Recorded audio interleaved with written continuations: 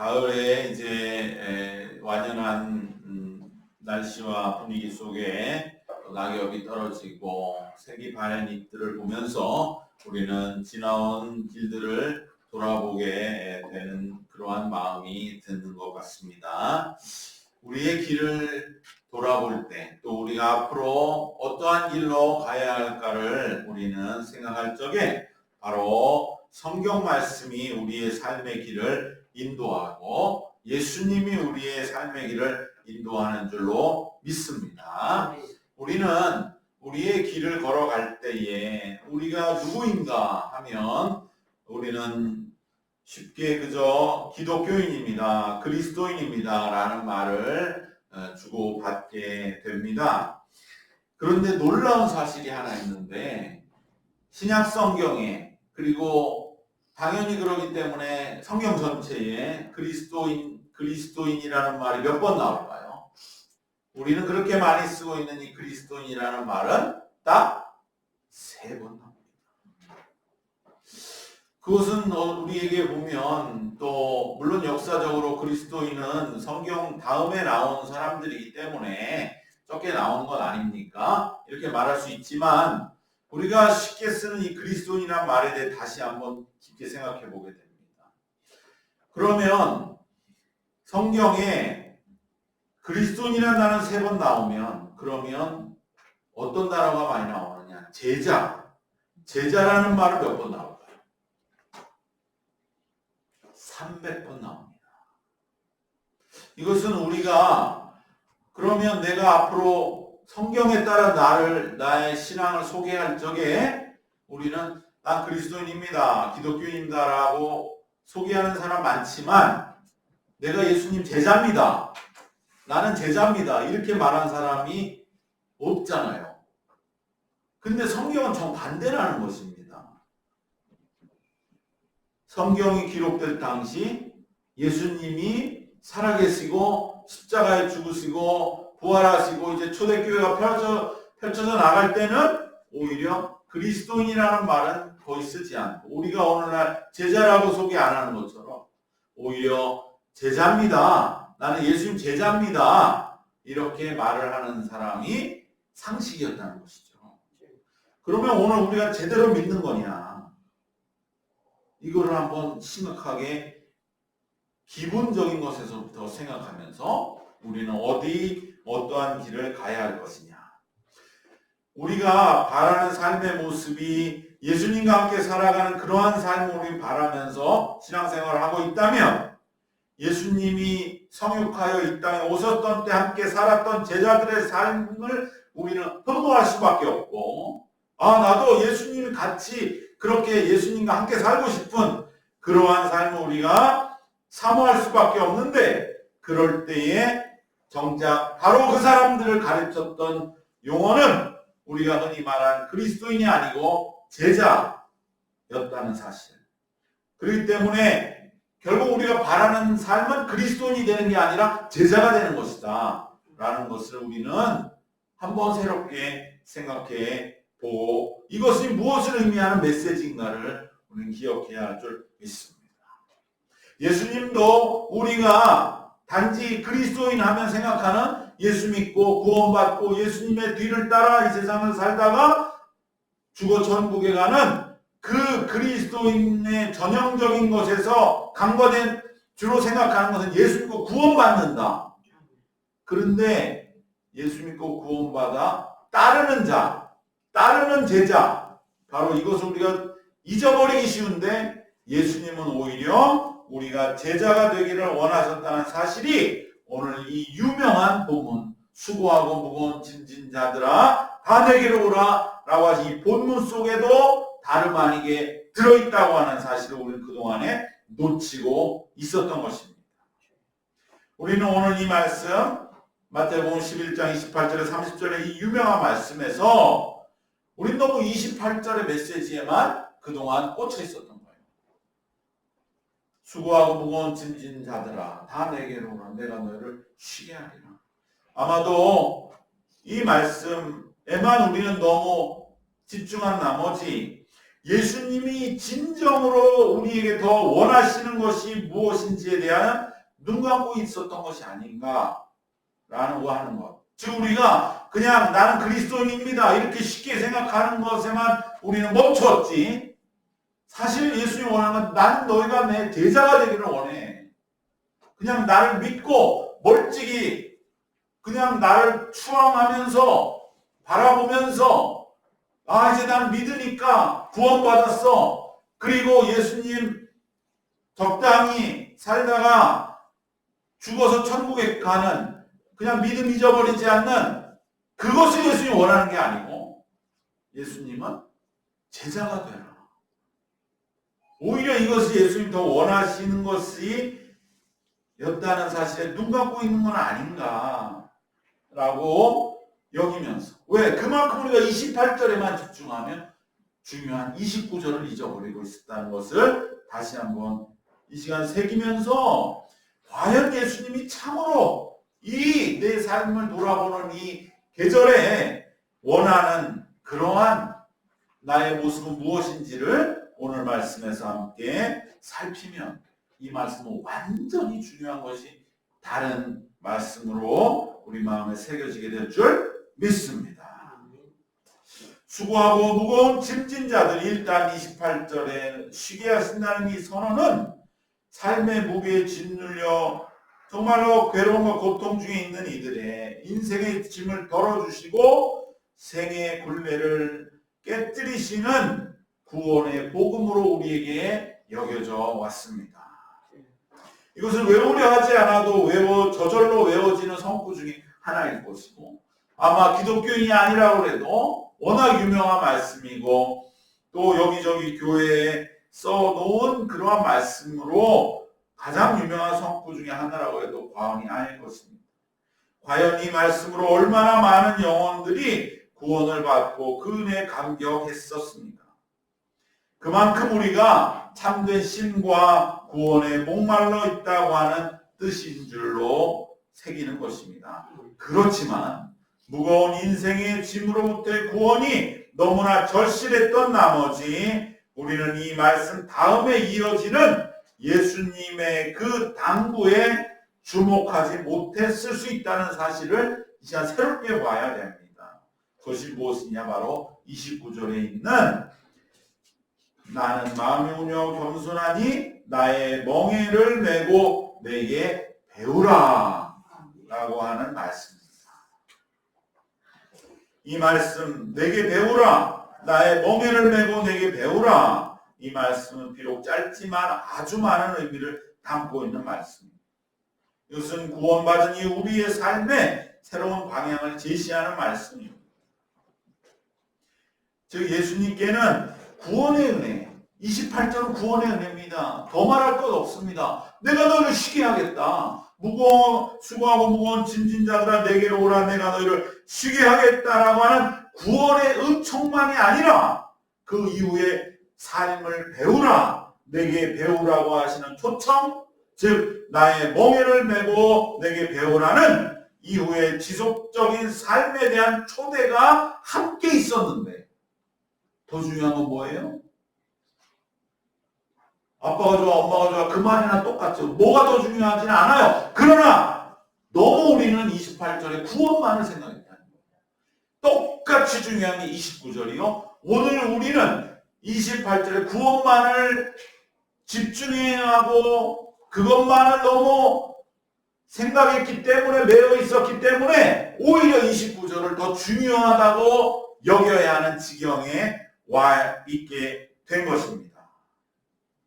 바로 이 두 번째 예수님의 초대, 내게 배우라, 나의 멍에를 메고 내게 배우라는 이 초대가 오히려 예수님이 우리에게 더 원하시는 바람이셨다고 하는 것을 우리는 생각할 때 우리의 이 신앙관을 완전히 한번 뒤집어야 된다라고 하는 그러한 말씀으로 보면 우리는 이 가을에 내 신앙의 새로운 변화, 혁명적 변화를 맞이하게 될 줄 믿습니다.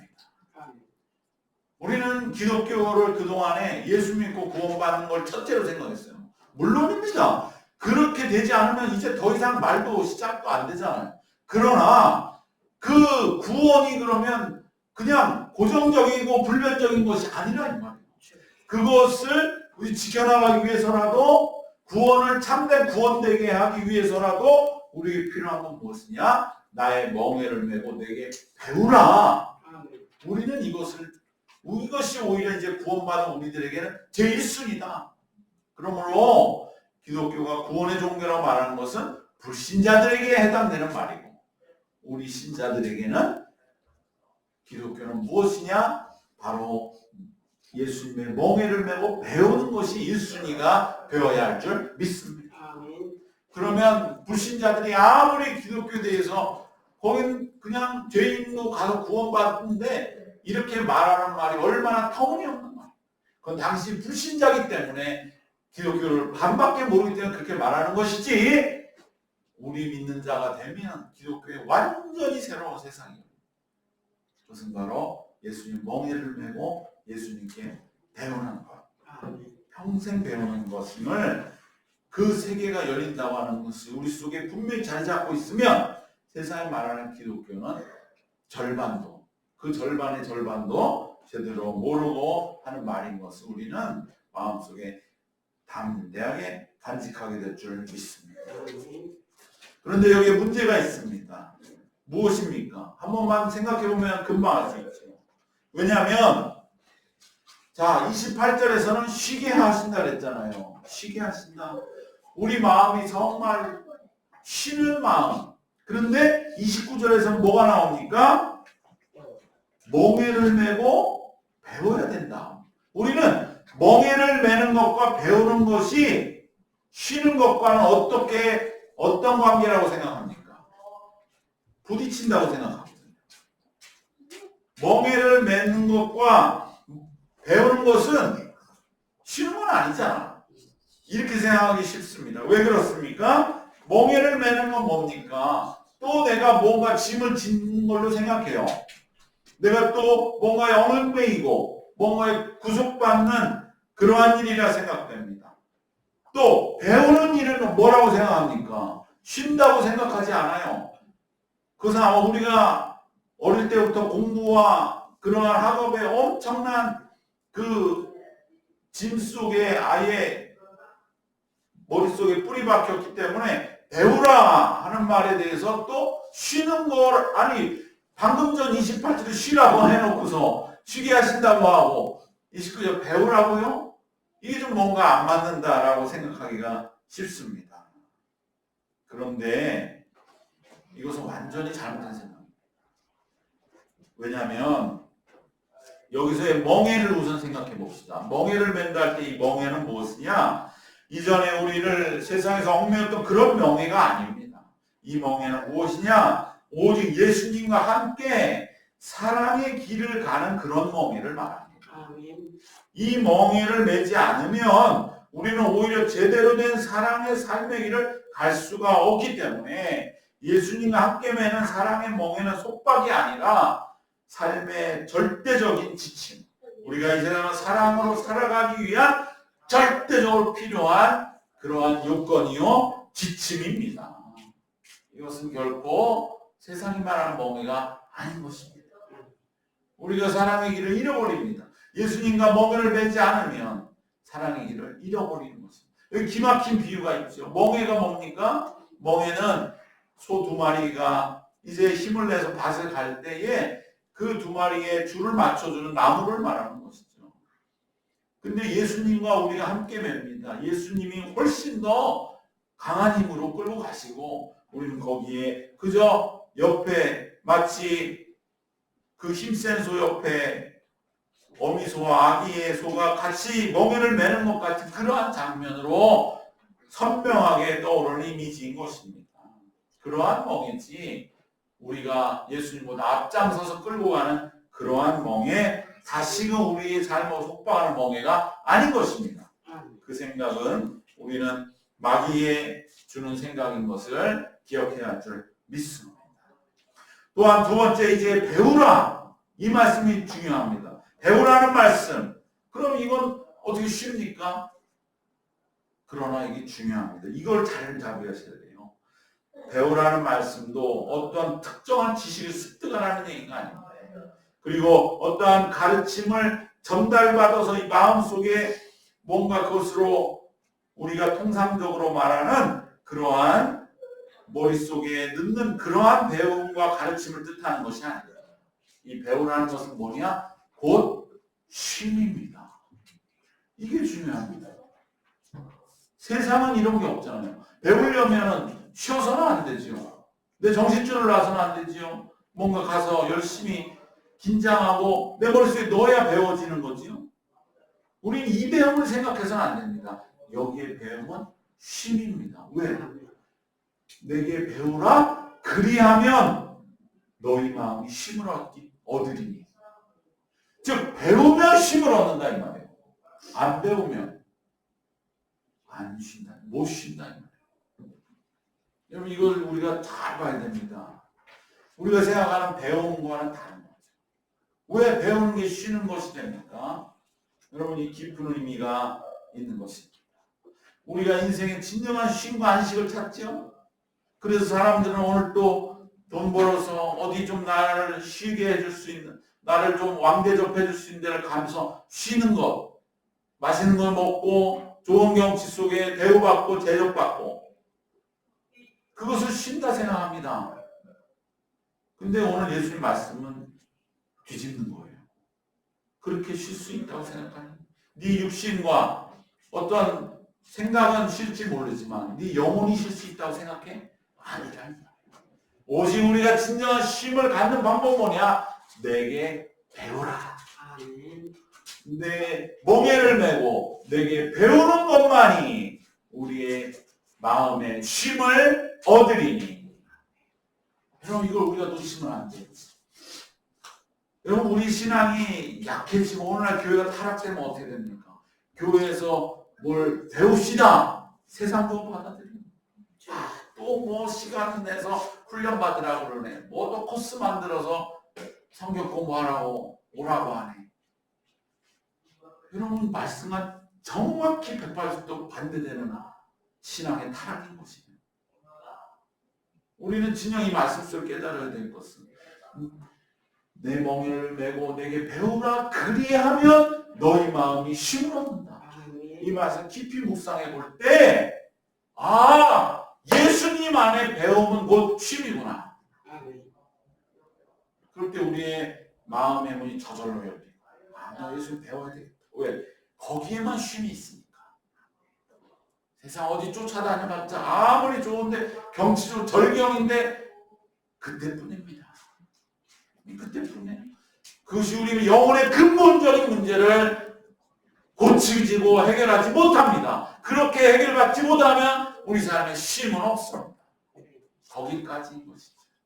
여전히 돌아오는 길은 무겁고 마음에 해결을 받지 못한 깊은 상처는 여전히 우리 무의식 속에 있는 것입니다.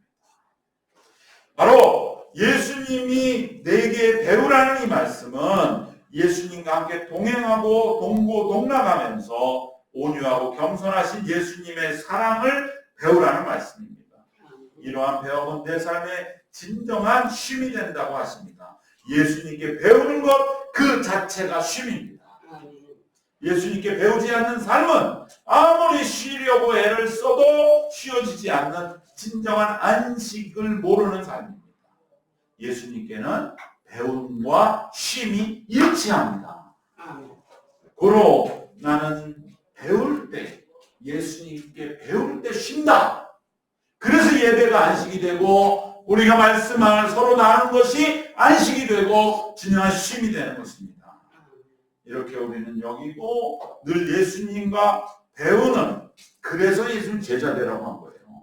제자 되고 모든 걸 희생하고 예수님 뒤따라가고 다 내 거 내놓아라. 그게 예수님 제자 되라고 한 게 아니고 진정 내가 쉼을 주고 싶은 그 예수님의 마음, 그 길이 바로 제자 되는 길이기 때문에 우리에게 제자를 되라고 하시는 이 예수님의 마음을 우리는 품고 살아야 할 줄 믿습니다.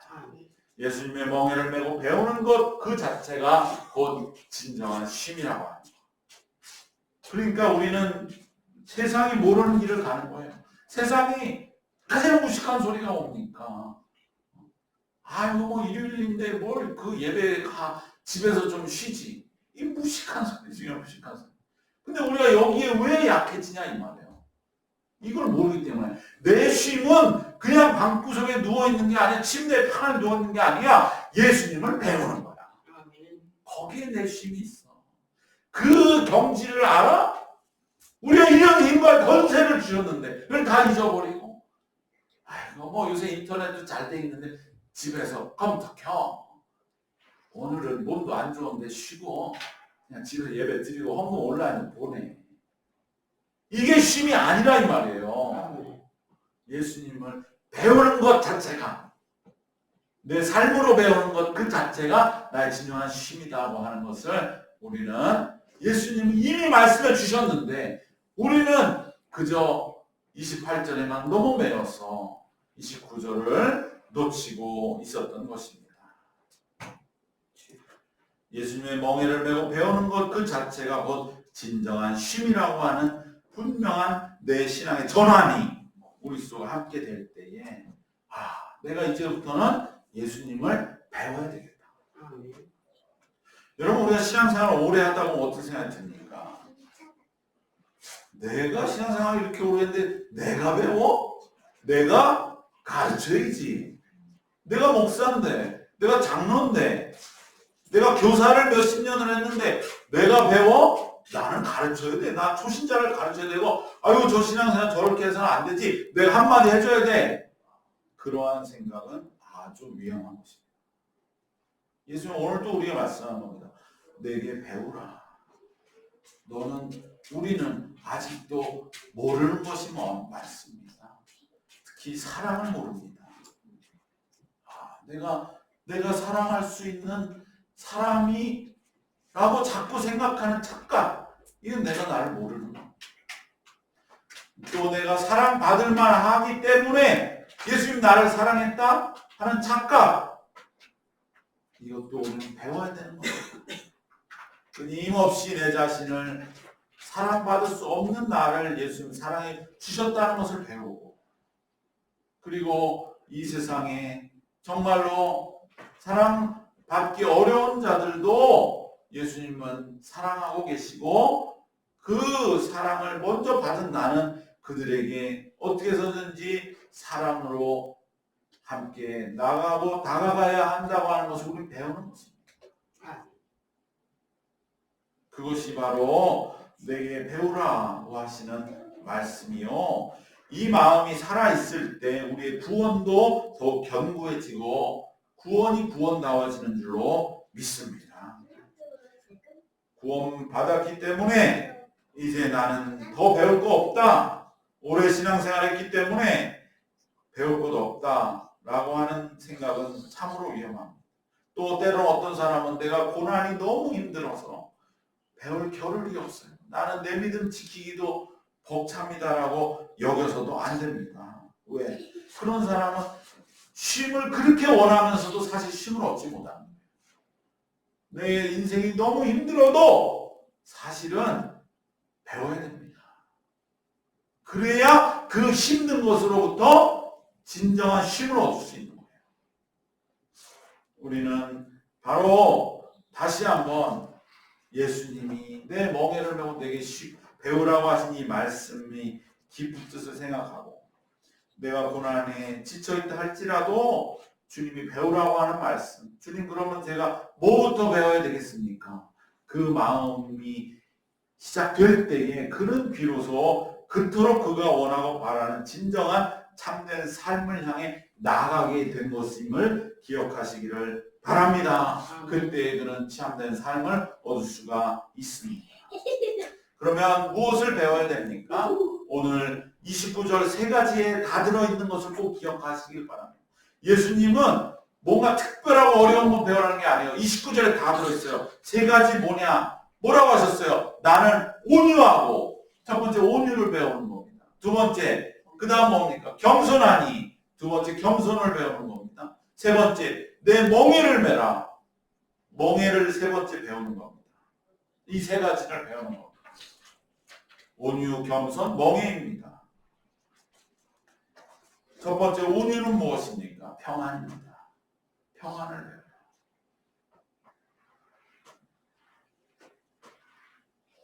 평안이 오늘날로 말하면 연세대학교 김주환 교수가 말하는 회복탄력성. 회복탄력성이라고 한 10년, 5년 전에 이제 그 사람 미국에서 학위하고 들어와가지고 굉장히 한때 떴죠. 양궁 선수들 있잖아요. 양궁 10년, 거의 10년간 올림픽을 대표한 그 사람들이 그 요번에도 심리적인 것도 배울 때 김주환 교수를 불러가지고서 모셔가지고서 배운 게 회복탄력성. 회복탄력성이 뭡니까? 우리가 감정은 항상 이렇게 좋은 상태를 유지하기가 어려워요. 왜? 내 속에서도 열불날 때 있고 세상에서 날 열불나게 하는 내외적으로 내 감정 공격해 들어온다는 거예요. 그럴 때 우리 감정이 그냥 팍 떨어지죠. 그때 회복해서 본래 자리로 돌아갈 수 있는 탄력성. 우리가 이 고무줄을 당겼다가 놓으면 다시 원래 자리로 돌아갈 수 있는, 그 감정도 확 떨어졌다가도 다시 돌아갈 수 있는 그 능력을 회복 탄력성이라고 부르면서 우리가 회복 탄력성을 이제는 새로운 개념으로 제시하고 그것을 우리가 이제 의식하고, 그리고 내 감정이 상처 입었을 때, 그래서 회복 불가능하게 떨어졌을 때 탄력을 다시 되찾아서 본래 자리에 돌아가는 그 훈련을 해야 됩니다. 그 김주환 교수 대표적인 말이고, 그래서 양궁 선수들이 그거를 계속 활만 하루 종일 쏠 수는 없으니까 정신교육 받을 때 이제 그 교수님 모셔가지고 회복 탄력성이 이러이러한 것이다. 그래가지고 그 양궁 선수들이 감정이 흔들리지 않는 거예요. 그 어떻게 하면 돌덩어리 같이 그냥 화살을 로봇 같이 쏘잖아요. 뭐 바람이 불건 관중들이 뭐라 그러건 꽹과리를 치던 뭐 옆에 선수가 뭐 신경 쓰게 하던 상관없이 그냥 우리나라 선수들은 똑같은 감정으로 가서 화살을 쏘다 보니 그냥 금메달, 은메달, 동메달 그렇게 유명해지지 않았습니까? 그게 바로 온유함이에요. 평안함. 예수님은 가장 어떻게 보면 사람이 평안하게 어려울 때가 언제입니까? 네 목숨을 달라고 할 때죠. 그거보다 더 평안하게 어려운 때는 없잖아요. 살인자가 와서 내가 너 이제 죽일 거야. 네 목숨은 내가 가져갈 거야. 나를 위해서. 그게 십자가입니다. 모든 인간의 죄가 예수 그리스도 앞에서 외치는 겁니다. 당신 목숨, 당신 피가 필요하다. 내가 살아야 되겠으니까. 세상에 이런 게 어디 있습니까? 근데도 예수님 그 앞에서 평안하셨죠. 주님, 저들의 죄를 용서하여 주시옵소서. 그 평안, 그 무한한 평안, 그 온 우주를 채우고 남는 평안함을 배우라는 말이에요. 나는 온유하다.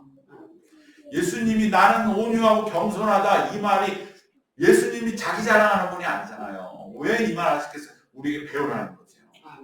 바로 이 평안, 십자가 앞에서도 평안하셨던 그 온유하시는 배우라. 여러분, 이걸 우리가 어떻게 배웠다고 감히 자랑할 수 있겠습니까? 평생을 배워도 부족한 거죠. 우리 조금만 우리 앞에 열받는 일이 있어도 폭발하고 내 생각, 내 모든 걸 다 잊어버리고 그냥 막 때로는 우리 실수했을 때도 있고 그런 거 아닙니까? 그때 나의 온유함을 배워. 두 번째는 겸손함을 배워라. 이것은 무엇입니까? 바로 성육신된 삶입니다. 예수님이 이 땅에 오셨습니다. 하나님이 육신을 입고 이 땅에 오셨습니다. 그런데 이 육신이라고 하는 것은 유한한 것입니다. 나중에 흙으로 돌아가는 것입니다. 즉 겸손함은 무엇이냐? 우리의 진정 보잘것없음을 끝없이 깨닫는 것이죠. 아까 말씀드린 사랑받을 수 없는 나임에도 사랑해 주셨다고 하는 사실. 여러분, 많은 어른들의 고민은 뭡니까? 내가 자식을 위해 이렇게 희생했는데 이제 자식들이 다 컸어요. 그러다 보니까 내가 이렇게 고생한 거 얘들이 모르는 것 같아. 그럴 때 이제는 나를 위해 살아야 되겠다. 그러한 생각 가진 사람이 많거든요. 누구가 그때 위로가 될 수 있습니까? 예수님만이 위로가 됩니다. 모든 걸 내어주시고 자기 자신은 이제 소멸을 하시는, 육신은 다 소멸하는 내 존재의 소멸로 돌아가지만 그것을 그대로 받아들이는 그 마음, 그것이 바로 겸손입니다. 예수님이 바로 이 땅에 육신으로 오신 것이 우리에게 그 겸손을 보이신 겁니다. 하나님이 아무것도 없는 존재로 돌아가는 것입니다. 이것은 있을 수 없는 것이죠. 세상은 다 아무것도 없이 없는 존재로 돌아가도 하나님은 그러시면 안 되거든요. 근데 그 길을 가신 것이 예수님이십니다. 그것이 바로 겸손입니다. 겸손을 배우면 세상에서 내 수고와 노력을 알아주지 않아도 하나도 억울할 일은 없습니다. 내 수고 모든 것 알아주지 않아도 하나도 마음에 섭섭하고 이제 뭐 나를 위해 살고 이런 생각 필요 없습니다. 왜? 우리 예수님 그러셨듯이 그 배운 사람이기 때문에 우리도 똑같이 이제 모든 걸 하나님께 맡기고 무로 아무것도 없는 돌아가는 것입니다. 그러면 하나님 우리를 부활시키시는 것입니다. 마지막 세 번째, 그것은 멍에입니다. 멍에는 뭡니까? 사랑입니다. 이것은 단순한 게 아니고 이 멍에가 사실은 뭐를 말합니까? 구약의 율법을 말하는 거거든요. 그래서 당시에 많은 하나님을 여호와를 믿는다는 신실한 사람들이 전부 율법의 멍에를 메고 무겁게 신앙생활을 아주 그냥 인상 쓰면서 하니까 예수님이 수고하고 무거운 짐진 자들아 그 멍에 그거 치워버려라. 내 멍에를 메라.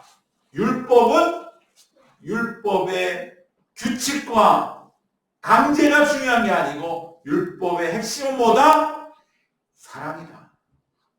그래서 가장 큰 율법은 하나님을 사랑하고 이웃을 사랑하는 것이다. 예수님 말씀하셨거든요.